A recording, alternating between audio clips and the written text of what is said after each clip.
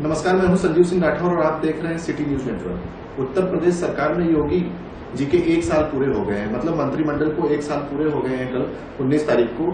और हम आज जानेंगे कि किस प्रकार से योगी सरकार ने 1 साल में अपने इस कार्यकाल में किस प्रकार से कार्य किया है। आज हमारे बीच में स्पोर्ट्स एंड यूथ वेलफेयर के मिनिस्टर श्री चेतन चौहान जी हैं, जो आज हमसे खास बातचीत करेंगे कि मंत्रिमंडल में और इस 1 साल के कार्यकाल योगी सरकार के 1 साल के कार्यकाल में किस प्रकार के कार्य हुए हैं और इनके डिपार्टमेंट में किस तरह की चीजें बढ़ोतरी की गई है। चरण जी, आपका शो में बहुत बहुत स्वागत है हमारे।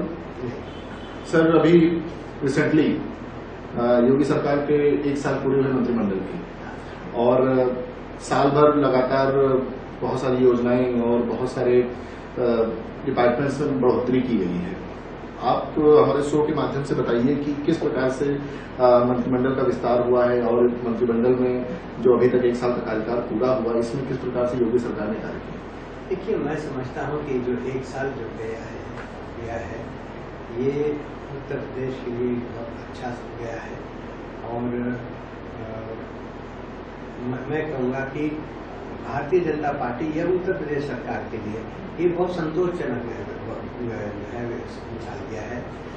इसमें जो हमने देखा है कि बहुत सारी चीजें जो हमने वादे किए थे, समाधान जो हम लोगों ने कहा था और यह संकल्प हम लोगों ने कहा था कि हम समाधान पब्लिक को देंगे, और हमने संकल्प जो किया था, हमने संकल्प जो धीरे धीरे धीरे धीरे हम पूरे करते जा रहे हैं। सबसे पहला संकल्प जो हमने किया था कि किसानों का कर्जा माफ होगा, 36,000 करोड़ रुपया लगभग, और करीब 86 लाख के आसपास किसानों को हमने 1 लाख तक का ऋण जो है हमने माफ किया है। तो जो संकल्प हमने किया था वो हम लोगों ने पूरा किया। वहाँ से हमने शुरुआत करते हैं। उसके बाद सरकार ने कहा था 30 दिन के अंदर कानून व्यवस्था हम लोग ठीक करेंगे। तो जहाँ जहाँ मैं जाता हूँ, गांव में जाता हूँ, जिलों में जाता हूँ, मैं जिन जिलों का प्रभारी मंत्री, मैं सबसे सवाल पहला यही करता हूँ गांव में कि क्या कानून व्यवस्था में पहले से सुधार है। और सब जगह एक ही जवाब आता है, मैंने कहा सही बात बताइएगा, बिना डर के, बिना खौफ के और बिना झिझक के और बिना किसी हिचक के आपने जवाब देना। और सवाल यही आता है कि साहब पहले से बहुत अच्छा है कानून व्यवस्था, हम लोग आ सकते हैं, जा सकते हैं, लूट मार हमारी नहीं हो रही है, हम अपने आप को सुरक्षित महसूस करते हैं। फिर मैं दूसरा सवाल उनसे पूछता हूँ कि क्या बिजली में सुधार हुआ। तो सब लोग कहें साहब पहले से बहुत अच्छी बिजली आती है, और जिला हेडक्वार्टर पे 24 घंटे से थोड़ा का बाहर है, करीब पौने 24 घंटे के आसपास जो है आंकड़े आ रहे हैं।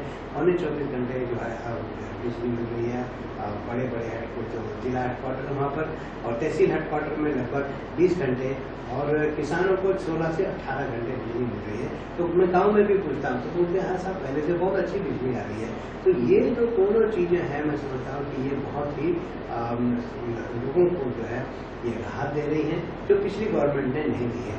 फिर सड़क के ऊपर जाते हैं, हमने कहा था कि हम गड्ढा मुक्त करेंगे। जो सड़कों में गड्ढे हो गए थे, जिनकी कोई रिपेयर नहीं होती थी, जो बनती नहीं थी, मैं समझता हूँ कि बहुत काम जो है सड़कों के निर्माण में, और ये जो गड्ढे होते थे सड़कों के अंदर, ये सब पाटने का काम सरकार ने किया है।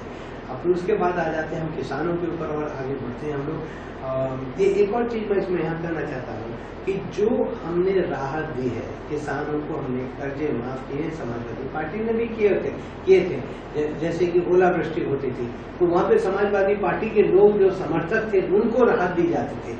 हमने बिना भेदभाव के, हमने यहाँ पे न जाति देखी है, न हमने धर्म देखा है, बिल्कुल बराबर सबको इक्वल हमने समझा है, सबको बराबर हमने समझा है। और जो किसान है, हमने जो भी किसान को हमने उसको राहत दी है। हम आ जाते हैं गेहूं के ऊपर। जब सरकार थी, गेहूं की पैदावार अच्छी थी, हम लोगों ने कहा था कि हम लोग गेहूं खरीदी करेंगे, और हमने लगभग 40 लाख टन के आसपास जो है हमने गेहूं खरीदा। और खरीदा ही नहीं है, वो ऐसा नहीं हुआ कि पेमेंट बचाया रह गया। कि जो पैसा, जो गेहूं का खर्चा था, जो खर्चा हमने जो खरीदा था, किसानों को के जो बैंक अकाउंट है उन अकाउंटों में पैसा चला गया। फिर आ जाते हैं हम धान पे। धान की खरीद की गई, तो किसी भी सरकार ने इसके पहले 36 लाख टन कभी भी गेहूं जो है नहीं खरीदा था, ज्यादा से ज्यादा 8 लाख टन। और वो भी अधिकतर कभी गंभीरता से लिया नहीं, खरीद लिए, सेंटर चलते थे, कोई नहीं सेंटर पर। मैंने खुद अपनी विधानसभा के अंदर मैं सेंटरों पे गया हूँ, गेहूं के केंद्रों पर गया हूँ, जाकर मैंने देखा है और जो भी समस्याएं थी वो है। इसी प्रकार से हमारे जो माननीय विधायक हैं, माननीय और दूसरे मंत्री, वो भी अपने इलाकों में जो है गए हैं। तो ये बहुत बड़ी जो है मैं कहूँगा कदम जो है सरकार के माध्यम से उठाया गया है। उसके बाद आलू आ जाता है। आलू खरीद में हम लोगों ने हस्तक्षेप किया। हम नहीं कहते समर्थन मूल्य दिया, लेकिन हमने वहाँ पर हस्तक्षेप किया। तो इस प्रकार से हमने किसानों को राहत दी है। और फिर आ जाते हैं हम लोग रोजगार के ऊपर आ जाते हैं। सरकार की लगातार कोशिश हो रही है कि हम रोजगार बढ़ाएं। और हाल में जो समिट हुई है, मैं समझता हूँ कि अंत में मैं कहूँगा कि जो समिट हुई है 21 और 22 तारीख को पिछले महीने, उसमें लगभग जो MOU हुए हैं 4,68,000 करोड़ के, किसी ने कभी सोचा भी नहीं था। बल्कि हमारे जो अधिकारी हैं उनको भी आश्चर्य हुआ, उन्होंने भी सोचा था 1,00,000-2 लाख करोड़ जो है वो जो है इन्वेस्टमेंट हो जाएगा। लेकिन 4,68,000 करोड़ जो उत्तर प्रदेश का बजट है, उससे भी कहीं ज्यादा जो है, अनुमान से भी ज्यादा जो है वो लोगों ने यहाँ पर करार किया है, MOU साइन किया है। ये दर्शाता है कि उत्तर प्रदेश की सरकार में जो उद्योगपति, चाहे वो उत्तर प्रदेश के हों, भारत देश के हों, और या फिर भारत देश के बाहर विदेशी जो हैं, वो ऐसे जो उद्योगपति हैं, जो इन्वेस्टर्स हैं, उनका भी विश्वास यहाँ पर बढ़ा।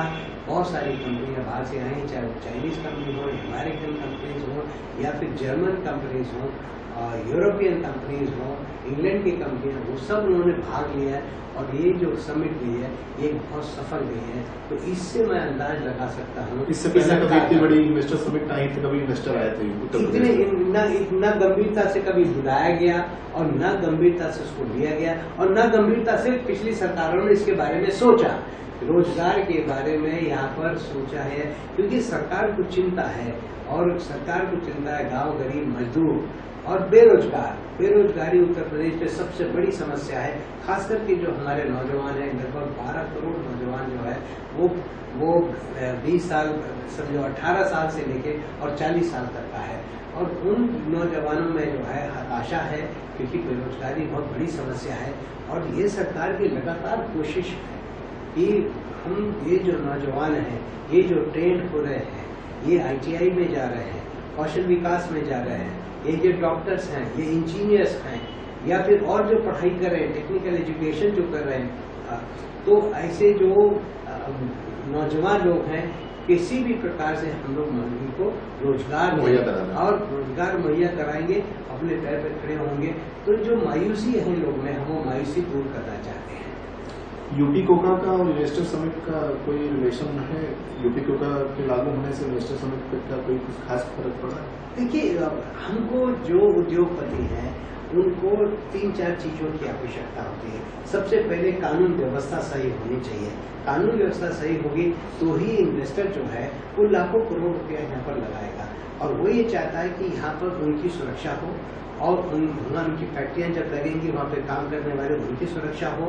और ये जो अपहरण जो पिछली सरकारों में होता रहा है, बड़े बड़े उद्योगपति थे, पैसे वाले लोग थे, उनका जो है अपहरण हो जाता था, फिरौती मांगी जाती थी। कानून व्यवस्था जो है वो जब सही होगी, बिजली का उत्पादन बढ़ गया है, बिजली जो है हमने मुहैया कराई है, और बड़े बड़े शहरों में जैसा मैंने कहा 24 घंटे, उद्योगों को 24 घंटे बिजली मिल रही है। तो ये ऐसी जो चीजें हैं उनको चाहिए। और फिर टेक्निकल लोग चाहिए। उत्तर प्रदेश में बहुत सारे टेक्निकल लोग हैं, और दुर्भाग्य है कि जो टेक्निकल लोग, टेक्निकली क्वालिफाइड लोग हैं, योग्य लोग हैं, उनको रोजगार उत्तर प्रदेश में नहीं मिल रहा था। वो उत्तर प्रदेश छोड़कर बाहर जा रहे थे।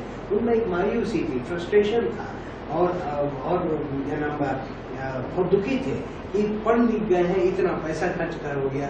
बहुत सारे इंजीनियर्स मैं जानता हूँ, क्योंकि मेरी जो विधानसभा है वो गांव वालों की तरफ है, रूरल इलाका है। बहुत सारे किसानों ने, बेचारों ने अपनी जमीन गिरवी रखी है या जमीन बेची है, अपने बच्चों को पढ़ाया, पढ़ लिख गए हैं, क्वालिफाइड हो गए, योग्य हो गए, इंजीनियर्स हो गए, लेकिन बेचारों को नौकरी नहीं मिल रही है। तो ये इससे बहुत बड़ा गलत संदेश उत्तर प्रदेश के बारे में जा रहा था। और ये बहुत सारे जो अच्छे क्वालिफाइड लोग थे वो प्रदेश में, क्योंकि रोजगार उनको नहीं मिला था, तो प्रदेश छोड़कर दूसरे प्रदेशों में जा रहे थे। अब मुझे ये लगता है कि ये जो इन्वेस्टर समिट हुई है इससे उल्टा होगा। अब जो अच्छे क्वालिफाइड लोग हैं, इंजीनियर्स हैं, डॉक्टर्स हैं, साइंटिस्ट हैं, ये जो प्रदेश छोड़कर चले गए ये वापस आना शुरू हो जाएंगे। और मैं समझता हूँ कि अगले 2 या 3 साल के अंदर पूरे उत्तर प्रदेश का माहौल जो है वो बदलेगा।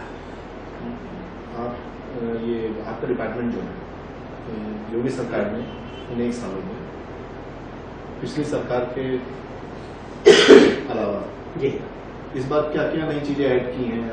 देखिए, जहाँ तक मेरे पास 4 विभाग हैं। मेरे पास खेल विभाग है, फिर उसके बाद युवा कल्याण विभाग है, व्यवसायिक शिक्षा है और कौशल विकास है। ITI जो व्यवसायिक शिक्षा है, यहाँ पर हमारे पास 286 ITI हैं, जहाँ पर जो क्षमता है वो लगभग 1,25,000 है। 1 लाख के आसपास बच्चे उसमें पढ़ाई करते हैं, 1 साल और 2 साल का कोर्स करते हैं। कौशल विकास में हमारे पास जो क्षमता है ट्रेनिंग की, इस समय जो ट्रेनिंग चल रही है वो 1,11,000 लोग जो है वो ट्रेनिंग पा रहे हैं। तो और हमारी क्षमता जो है वो करीब मैं समझता हूँ कि 3 लाख के आसपास जो है वो क्षमता है। कौशल विकास और ITI के माध्यम से हम लोग जो है बच्चों को ट्रेन कर रहे हैं और ये एक प्रकार से तैयार हो जा रहे हैं और नौकरी के लिए तैयार है। तो ये क्षमता हम लोगों की जो बढ़ते चले जा रही है। मैं अपने विभाग के बाद नौकरी की बात करता हूँ। हालांकि पिछले गवर्नमेंट को ठीक करने के लिए और बीच में करीब 3 महीने जो है नगर पालिका के चुनाव हुए तो हम रोजगार मेला वगैरह नहीं कर पाए क्योंकि आचार संहिता लग रही थी। लेकिन फिर भी हम लोग जो है इस साल जो हमारे पास जो आंकड़े आए हुए हैं, जनवरी तक के आंकड़े हैं, अभी 3 महीने बाकी हैं, जनवरी तक के आंकड़े जो है वो लगभग 69,000 लोगों को हम रोजगार दे चुके हैं। हाल में हम लोग पिछले महीने में हमने रोजगार मेले किए हैं। हमने बनारस में रोजगार मेला किया, बहुत सफल रहा। उसके पहले इलाहाबाद में हमने रोजगार मेला किया, बहुत सफल रहा। उसके पहले हम लोगों ने उसके बाद हम लोगों ने सहारनपुर में अभी 17 तारीख को हमने रोजगार मेला किया था, जिसमें लगभग 7,500 बच्चे जो है उनका रजिस्ट्रेशन हुआ। 5,300 लोगों को हम लोगों ने रोजगार दे दिया। और रोजगार दिया मतलब ये नहीं कि कोई फर्जी आंकड़े हैं, हम लोगों ने नियुक्ति पत्र उनको बुला कर दिए। तो इस प्रकार से सरकार जो है लगातार काम कर रही है। उसी प्रकार से इंजीनियरिंग के लिए और फिर हम लोग आ जाते हैं स्पोर्ट्स, अन्य विभाग हैं स्पोर्ट्स में। हाँ नहीं, और विभाग है जैसे खादी है, काश्तकार हुआ है, क्या जो हैंडीक्राफ्ट है, इनके अंदर भी लगातार लोगों को रोजगार मिल रहा है। बुनकर लोगों पर हम लोग लगातार उन लोगों को आगे बढ़ा रहे हैं, उनसे रोजगार मिल रहा है। डॉक्टर को हम लोग रोजगार दे रहे हैं, जो पास आउट हो रहे हैं हम लोग डॉक्टर जो है अस्पतालों में नौकरी दे रहे हैं। तो लगातार सरकार की कोशिश चल रही है। पुलिस विभाग में जो है हम लोग दिया गया। इस साल जैसे मैंने मुख्यमंत्री जी ने कहा, इस साल जो आने वाला काल है, इसमें लगभग 4 करोड़ लोगों को 4 लाख लोगों को हम लोग रोजगार देंगे 2019 में। देखिए, पिछली सरकारों ने जो अव्यवस्था यहाँ पर की है, हर जगह पे कोर्ट केस चल रहे हैं, हर जगह। आप शिक्षकों की भर्ती 68,000 लगभग 68-69,000 शिक्षकों को भर्ती करना चाहते थे, कोर्ट से आदेश आ गया, उसमें रोक लग गई। उसके बाद व्यवसाय शिक्षा में हम लोग कुछ भर्ती करना चाहते हैं, उसमें रोक लग गई है। पुलिस की भर्तियों में बीच में रोक लग गई थी। तो अनियमितता इतनी ज्यादा पिछली सरकार में बहुत बड़ा इशू चल रहा है। शिक्षा मित्रों का क्योंकि सुप्रीम कोर्ट ने हमको एक आदेश किया है कि बिना TET पास किए हुए लोगों को आप शिक्षा मित्र जो है नहीं रख सकते। तो वो एक जो कोर्ट का जो आदेश आया है, अब वो पिछले गवर्नमेंट ने ठीक से जो है पैरवी नहीं की। हम लोग लगातार पैरवी कर रहे हैं। इतना हो गया है कि जो रोक लग गई थी, कोर्ट को पिछली सरकार में विश्वास नहीं था, लगातार वो रोक पे लोग हैं। हमने जाकर जब कोर्ट में ये कहा कि हम लोग पारदर्शिता रखेंगे, जो भी नियुक्तियां होंगी उसमें लिखित परीक्षा होगी, उसके लिखित परीक्षा के अनुसार योग्यता की लिस्ट बनेगी, मेरिट लिस्ट बनेगी। तो ये हम लोगों ने जब कन्विंस किया है, संतुष्ट किया है कोर्टों को, तभी उन्होंने हमें परमिशन दी है कि हम भर्तियां कर दें। पिछली सरकारों में जो भर्तियां थी, भर्तियां रोक दी थी क्योंकि इतनी अनियमितताएं थी। वो सिर्फ इंटरव्यू के आधार पर लोगों को नौकरी देता था, उसमें भयंकर रूप से फर्जीवाड़ा होता था, पैसे का लेन देन होता था। और जो पिछली गवर्नमेंट थी वो अयोग्य लोगों को, जो योग्य नहीं थे, जो मेरिट में नहीं थे, ऐसे लोगों को जो है पैसा ले लेके उनकी भर्ती की थी, और इसीलिए पिछली गवर्नमेंट के जो जो ऐसे निर्णय थे वहां पर कोर्ट ने रोक लगा दी। किरण जी, जो आपका खेल डिपार्टमेंट है और आपको पता है कि उत्तर प्रदेश में बहुत अच्छे अच्छे एथलीट्स भी हैं और आपकी सरकार ने उनके लिए बहुत सारी अपॉर्चुनिटीज दी हैं, तो कहाँ तक वो सफल हुई है या क्या क्या अब तक अपॉर्चुनिटीज मिली या सरकार की तरफ से कौन कौन सी चीजें मुहैया करा रहे आपके डिपार्टमेंट को? देखिए, मैं अंतर्राष्ट्रीय खिलाड़ी हूँ और मैं लगभग 11 साल देश के लिए खेला हूँ, 40 टेस्ट मैच खेला हूँ। मैं उन सारे दौर से गुजरा हुआ हूँ जो एक खिलाड़ी गुजरता है। मुझे समझ में आता है कि खिलाड़ी को क्या आवश्यकता है। सबसे पहले हम लोगों ने जो निर्णय लिया है वो ये है कि हम खेल का महत्व बढ़ाएं, खेल को प्राथमिकता दें, और हम लोग स्कूलों में, कॉलेजों में और गाँव के अंदर हम लोग खेलों को जो है बढ़ावा देना चाहते हैं। सवाल ये उठता था, मेरे से बहुत सारे खिलाड़ी आकर मिलते थे कि साहब हम क्यों खेलें, हमारा भविष्य जो है बिल्कुल अंधकार में है। तो उत्तर प्रदेश सरकार ने माननीय योगी आदित्यनाथ के नेतृत्व में जो बहुत बड़ा निर्णय जो हुआ है इस सरकार में, वो हुआ है कि जो 2% कोटा था खिलाड़ियों के लिए वो हमने रेस्टोर कर दिया है।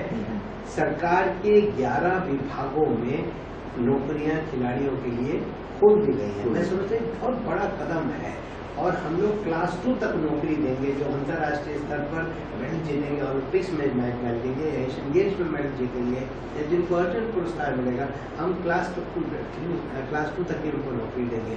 अंतर्राष्ट्रीय खिलाड़ी हैं, जब वो रिटायर होंगे तो कई बार जो होता था, ऐसे जो खिलाड़ी होते थे जो मेडल विनर्स होते थे, चाहे वो एशियन गेम्स में हो, कॉमनवेल्थ गेम्स में हो, वर्ल्ड कप में है, ऐसे लोगों को अप टू 20,000 रुपये मतलब निर्भर करता है कि वो क्या खेले हुए, कितने स्तर तक खेले हैं, तो 20,000 रुपये तक की हमने पेंशन मुहैया करा दी है, स्वीकृत पर मंथ हमने स्वीकृत करा दिया। अब कोई भी अंतर्राष्ट्रीय स्तर का जो खिलाड़ी है वो बेचारा मजदूरी नहीं करेगा, वो घर में नहीं बैठेगा, और वो उसको जो है एक, मैं कहूँगा कि एक बहुत ही एक जीवन के लिए खास करके जब वो रिटायर हो जाता है वो आराम से व्यतीत कर सकता है। तो ये बहुत बड़ी चीजें हम लोगों ने की है, और छोटी छोटी चीजें हमने पारदर्शिता लेकर आ गए। लक्ष्मण पुरस्कार, उसमें हमने पारदर्शिता लेके आ गए कि किस प्रकार से चयन होगा। पहले फर्जीवाड़ा होता था कि कोई भी मंत्री के नजदीक होता था उसको जो है वो यश भारती पुरस्कार मिल जाता था। हमने लक्ष्मण पुरस्कार रखा है कि अंतर्राष्ट्रीय स्तर पर अगर ओलंपिक में मेडल मिलता है तो उसको इतने नंबर मिलेंगे, कॉमनवेल्थ गेम्स में मिलेंगे इतने नंबर मिलेंगे। तो नंबर के आधार पर कोई भी अपने घर में बैठकर कैलकुलेट कर सकता है कि मेरे कितने नंबर है, और उसके आधार पर वो योग्य है, पात्र है या नहीं है। तो इस प्रकार की पारदर्शिता हम लोग लेके आ गए। स्पोर्ट्स कॉलेजेस हैं, स्पोर्ट्स हॉस्टल है, यहाँ पर अंतर्राष्ट्रीय स्तर के जो पुराने खिलाड़ी थे उनको हमने चयन करता बना दिया। तो अब चयन भी खिलाड़ियों का बहुत डिस्ट्रिक्ट में बहुत सारे स्टेडियम की प्रॉब्लम है, वहाँ पे किसी को बहुत बड़ा डिस्ट्रिक्ट वहाँ पे सिर्फ एक है और लड़कों को बाहर जाना पड़ता है, उनकी आर्थिक स्थिति नहीं सही है, उनके लिए सब क्या चीजें मुहैया? देखिए, मैं लगभग 38 स्टेडियम में मैं खुद जा चुका। मुझे नहीं लगता कोई भी पहले मंत्री कभी भी स्टेडियमों में भी गया होगा। मैं खुद, जैसा मैंने कहा, 38 स्टेडियम में मैं जाकर स्थिति देख ली है कि स्टेडियम कैसे चल रहे हैं, वहाँ कोचिंग कैसी हो रही है, व्यवस्था क्या है। वहाँ पे इतनी बुरी हालत थी कि बच्चियों के लिए अलग से टॉयलेट नहीं था, तो हमने टॉयलेट, इतनी छोटी छोटी चीजें जैसे हमने टॉयलेट जो है वो हमने मुहैया करा दिया। युवा कल्याण, इसको हम बढ़ावा देना चाहते हैं। गांव तक हम लोग खेलों को पहुंचाना चाहते हैं, खेल और सांस्कृतिक कार्यक्रम हम लोग गांव में करना चाहते हैं। तो जो नौजवान है, हमारा यूथ है, चाहे लड़के हैं लड़कियां हैं, इनको हम लोग जो है या तो ये स्किल डेवलपमेंट में चले जाएं या ITI में चले जाएं, टेक्निकली क्वालिफाइड हो जाएं। जो व्हाइट कॉलर जॉब जिसको हम कहते थे कि हर आदमी जो चाहता था कि मैं BA पास हो जाऊं, अब BA पास करने के बाद, BCom पास करने के बाद, BSc पास करने के बाद वो कह रहे हैं यार उनको बेचारों को जब नौकरी मिले तो ITI में आ रहे हैं या फिर स्किल डेवलपमेंट में जा रहे हैं, कौशल विकास में जा रहे हैं। वहाँ पर हम लोग उनको अलग अलग जो ट्रेड है उनमें ट्रेनिंग दे रहे हैं और अच्छी नौकरी खड़ा करके उनको मिल जा रही है कि ट्रेड में उनको ट्रेनिंग मिल गई और बेसिक क्वालिफिकेशन उनके पास है, ग्रेजुएशन है, तो उनको बड़ी अच्छी नौकरियां मिल रही है। 25,000 30,000 रुपए की उनको नौकरियां मिल रही है और उससे नौजवान लोग हमारे बहुत खुश हैं। और आगे हमारा कार्यक्रम यही कि हम इसको और आगे बढ़ाते। सर, अब थोड़ा अगर हम डिपार्टमेंट से हट के बात करें तो जैसे मंत्रिमंडल अभी परसों पूरा हुआ, 1 साल पूरे हुए हैं, उससे पहले बहुत सारे फेरबदल हुए, बहुत सारी घटनाएं हुई, पार्टी में अप डाउन हुआ है। नरेश अग्रवाल को शामिल किया गया तो बहुत सारी कंट्रोवर्सी आ रही है कि बहुत लोग कह रहे हैं कि अच्छा किया गया और बहुत लोग कह रहे हैं कि ये कोई बीजेपी का कोई चाल है जिसको पहले उल्टा सीधा बोलते थे। या इनका आपने देखा होगा कि इन्होंने एक बार एक स्पीच दी थी वो दारू के ऊपर, जो इन्होंने जानकी वगैरह को बोला था, तो वो सब वीडियो वायरल हो रहा था सोशल मीडिया पे। उसके बावजूद ये बीजेपी में आ गए, तो क्या क्या कहेंगे इसका? देखिए, राजनीति में एक बहुत बड़े नेता है, मैं उनसे बात कर रहा था तो उन्होंने बड़ी अच्छी बात की कि राजनीति में कोई भी परमानेंट दोस्त नहीं होता और कोई भी परमानेंट दुश्मन नहीं होता है। कौन कब कहाँ चला जाता है, तो इसीलिए बहुत ज़्यादा आदमी ने कठोर नहीं होना चाहिए, कठोरता नहीं रखना चाहिए, क्योंकि जो समय है वो पता नहीं किसको क्या समय दिखा देता है। हमको ये जरूर याद रखना चाहिए कि नरेश अग्रवाल जी का अपने जिले के अंदर, अपने मंडल के अंदर एक अपना अच्छा प्रभाव है। उत्तर प्रदेश के अंदर भी बहुत अच्छा प्रभाव रहा है। मंत्री रह चुके हैं, उत्तर प्रदेश के अंदर मंत्री रह चुके हैं, सांसद रह चुके हैं। तो चाहे व्यापारी या व्यापारियों में हो या फिर समाज में हो, उनका एक प्रभाव है और पार्टी ने ये ध्यान में रखते हुए कि उनका प्रभाव है और जो उनको सही मायने में अधिकार मिलना चाहिए था, जो उनका अधिकार था, पॉलिटिशियन है, 24 घंटा पॉलिटिक्स करने वाले व्यक्ति हैं, जो सम्मान उनको मिलना चाहिए था, जो सम्मान उनको नहीं मिला उनकी खुद की पार्टी में, समाजवादी पार्टी में, तो भारतीय जनता पार्टी ने सोचा कि वो उपयुक्त होंगे। चिरंजीव, फूलपुर और गोरखपुर में भी उपचुनाव हुए और उसमें समाजवादी पार्टी और बसपा ने मिलकर या अखिलेश मायावती, जो भी स्लोगन यूज हो रहा है, बुआ भतीजा, जो भी मिलकर चुनाव लड़े और उसके बाद बीजेपी को हार का सामना करना पड़ा। तो पहले तो एक बात ये आ रही है कि इतना सब कुछ पूरे प्रदेश में और देश में भारतीय जनता पार्टी की सरकार है, अच्छे से काम कर रही है, जैसा कि आपने बताया, मंत्रिमंडल भी अभी रिसेंट पूरा हुआ, तो क्या कमी रह गई? और दूसरी चीज 2019 में क्या प्रभाव? देखिए, मुझे नहीं लगता है कि 2019 तक इसका प्रभाव रहने वाला है। ठीक है, ये तो राजनीति है, कभी ऊपर जाते हैं आप, कभी नीचे चले जाते हैं और मैं इसको बहुत बड़ी कोई घटना ऐसा नहीं मान रहा हूँ और ना मैं मान रहा हूँ कि इससे बहुत भारी कोई राजनीति बिल्कुल बदलने वाली है, मैं नहीं मानता हूँ।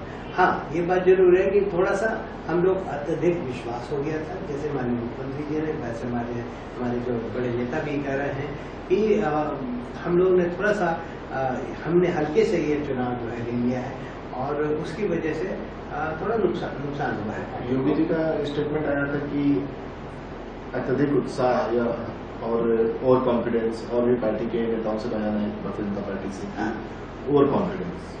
किस चीज का ओवर कॉन्फिडेंस था? ओवर कॉन्फिडेंस कि हम तो जीत ही जाएंगे, बहुत ज्यादा मेहनत करने की जरूरत नहीं है और हम तो जीत ही जाएंगे। तो जब आ जाता है, ओवर कॉन्फिडेंस आ जाता है, तो जिस प्रकार से परसेंटेज ऑफ वोटिंग जो थी, जो होनी चाहिए थी, यदि परसेंटेज ऑफ वोटिंग ठीक हो गई तो अपने आप हम लोग जीत गए होते। तो ये है और इसके अलावा भी यदि और कोई कारण है तो शीर्ष नेतृत्व है वो बिल्कुल इसके बारे में विचार करेगा। लेकिन मुझे नहीं लगता है कि ये 2 सीट अगर हम लोग यहाँ पर जो है सफल नहीं हुए तो उसमें बहुत भारी प्रभाव पड़ने वाला है, पूरी राजनीति बदल जाएगी, मुझे नहीं लगता है। और जहाँ तक जो सवाल आ जाता है कि ये जो लोग मिले हैं, गठबंधन दोनों का जो गठबंधन हुआ है, इसके अंदर अंतर विरोध इतना होगा क्योंकि विचारधारा उनकी अलग है। सबसे ज्यादा यदि दलितों का उत्पीड़न अगर हुआ है तो वो समाजवादी पार्टी की गवर्नमेंट में ही हुआ है। मैं आपको मेरा जिला है अमरोहा, मैं आपको जाने कितने जो है हादसे हुए हैं दलितों के साथ।